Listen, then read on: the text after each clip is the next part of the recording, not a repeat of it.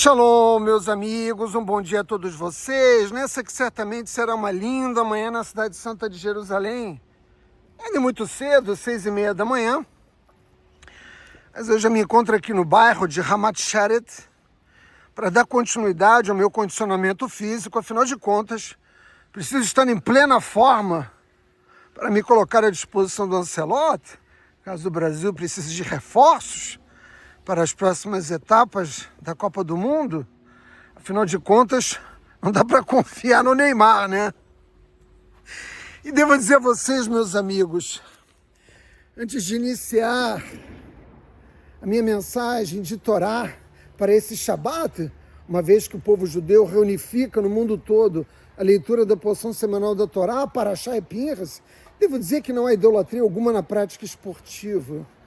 Eu mesmo posso dar o meu testemunho pessoal de que se eu não tivesse sido, durante 30 anos, praticante de uma atividade esportiva, não teria conseguido encontrar as forças, não teria a constituição física necessária para suportar os desafios que enfrentei em Israel nos últimos 15 anos e tenho difundido nas comunidades religiosas a ideia de que os jovens devem, sem perder de vista aquilo que é o centro da nossa vida, que é o estudo da Torá, praticar uma atividade esportiva. A idolatria não está na prática esportiva. A idolatria está quando o judeu se afasta da Torá, quando ele deixa de cumprir o Shabat para ir assistir a final de um campeonato.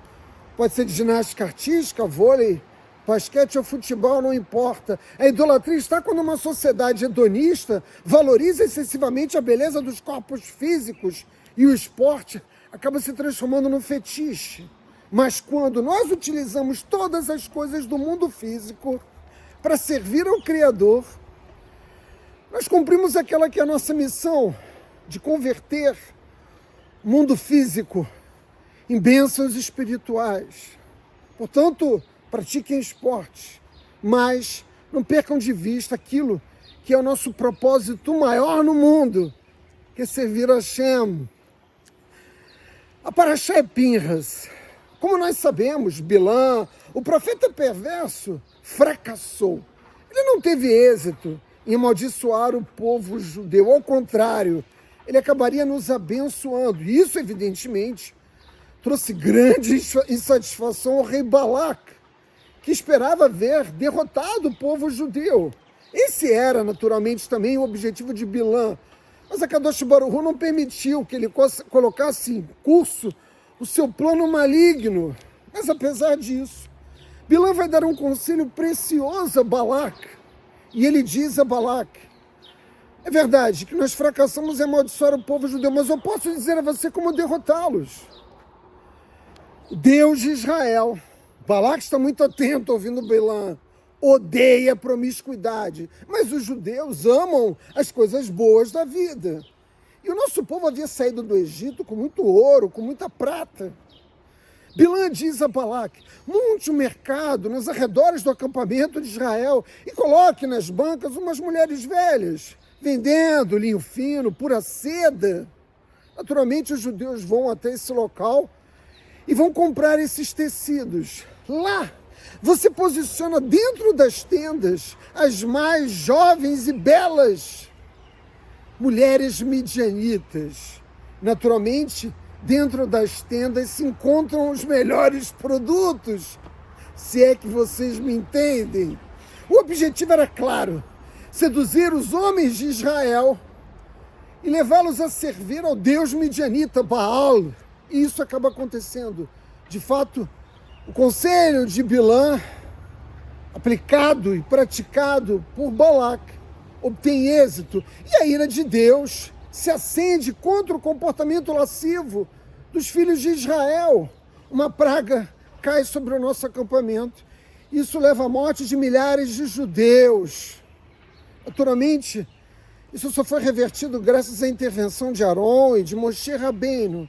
Mas como se não bastasse a lascividade, a promiscuidade do comportamento dos homens das tribos de Israel, o líder da tribo de Shimon traz uma jovem, bela princesa midianita, ninguém menos que a filha do Balac, porque o Balac estava desesperado E ele recruta as mulheres da corte midianita para seduzir os homens judeus, de fato, as mais belas. E Zimri, o líder, o nascido da tribo de Shimon, traz para dentro da sua tenda, zombando de Moshe, essa jovem princesa, de nome Cosbe, traz para dentro de seus aposentos, né, numa clara rebeldia contra toda a Torá. Nesse momento entra em cena na Torá um personagem que se encontra conosco até os dias de hoje. Pinhas. Ele entra no acampamento de Shimon, ele que é filho de Arão, mas que não é um sacerdote de Israel, porque ele já havia nascido quando a Kadosh Baruch Hu determinou que os descendentes de Arão seriam os Coanim. Pinhas entra no acampamento de Shimon com uma lança na mão e literalmente laceia o casal Zimri e Cosbe, os levanta e literalmente passeia pelo acampamento de Shimon, segurando a lança com os dois corpos no alto, mostrando claramente, demonstrando a todo o acampamento que aquela era a punição devida a qualquer um que profanasse o nome de Deus, sobretudo dentro dos acampamentos de Israel. Nós sabemos que Pinhas recebeu a maior de todas as recompensas, a aliança de paz, dada por Deus. Mas, Átila, o que é aliança de paz? A vida eterna. Pinhas é o profeta Eliarro, e ele caminha com o povo judeu ao longo de milhares de anos. Talvez esteja até praticando alguma atividade esportiva numa outra quadra aqui próximo.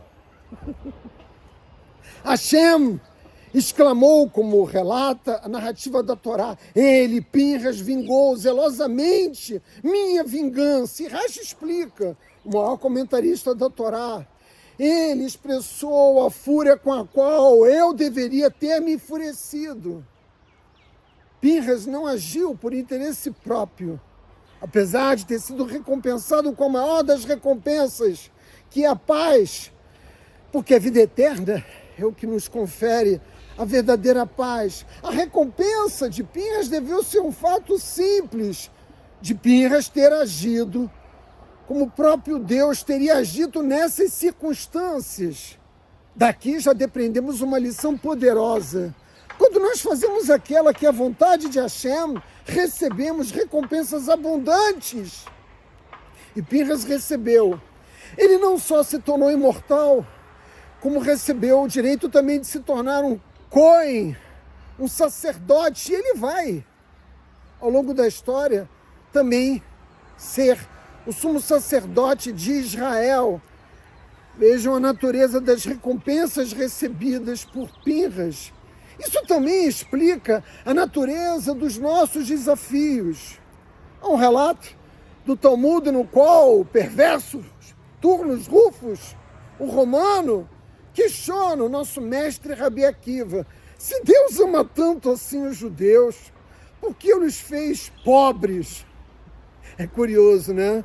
Porque a maioria do mundo nos julgam ricos, mas a verdade é que a grande maioria dos judeus são pobres, pobres materialmente, mas ricos espiritualmente, ricos por essa conexão única que nos liga ao Criador do Universo.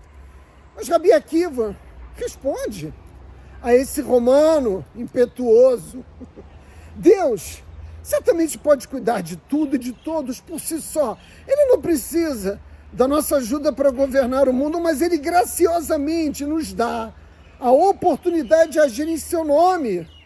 Afinal de contas, não existe outra forma para que nós possamos alcançar as maiores recompensas eternas se não servindo a Deus. E que maneira melhor pode haver de servir a Deus do que fazer aquilo que Ele nos pede? Você, monoteísta genuíno, cumprindo as 7 mitzvot, nós judeus, as 613 mitzvot da Torá, é comparável a uma mãe, um filho pequeno, que vão até um mercado. E lá ela faz muitas compras. Ela é capaz de carregar sozinha até a sua casa todas as compras que ela fez. Mas ela oferece ao seu filho pequeno algumas mercadorias de pequeno peso e coloca numa bolsa para que ele possa carregar. O menino se sente orgulhoso. Ele ama sua mamãe. E a mãe sabe que para que ele se sinta valorizado, para que ele acredite que está ajudando a sua mãe, ela oferece a ele a oportunidade dele ajudá-lo. Eu insisto mais uma vez, ela, assim como Deus pode fazer tudo sozinho, mas a insistência da criança, mamãe, deixa eu carregar alguma bolsa, denota o amor dele por ela, o amor dessa criança por sua mãe. E cada um de nós deve demonstrar esse mesmo amor por Deus. Por que, Átila? Porque isso traz um grande prazer ao Criador do Universo. Porque Hashem é nosso Pai e também nossa mãe. Pinhas recebeu recompensas extraordinárias porque ele trouxe ao Criador do Universo esse prazer. O mesmo dessa criança para sua mãe. E é isso que ocorre quando nós praticamos as mitzvot. O meio pelo qual nós ajudamos o Criador a governar o universo é a forma de serviço divino mais elevado. Hashem é capaz de fazer tudo sozinho.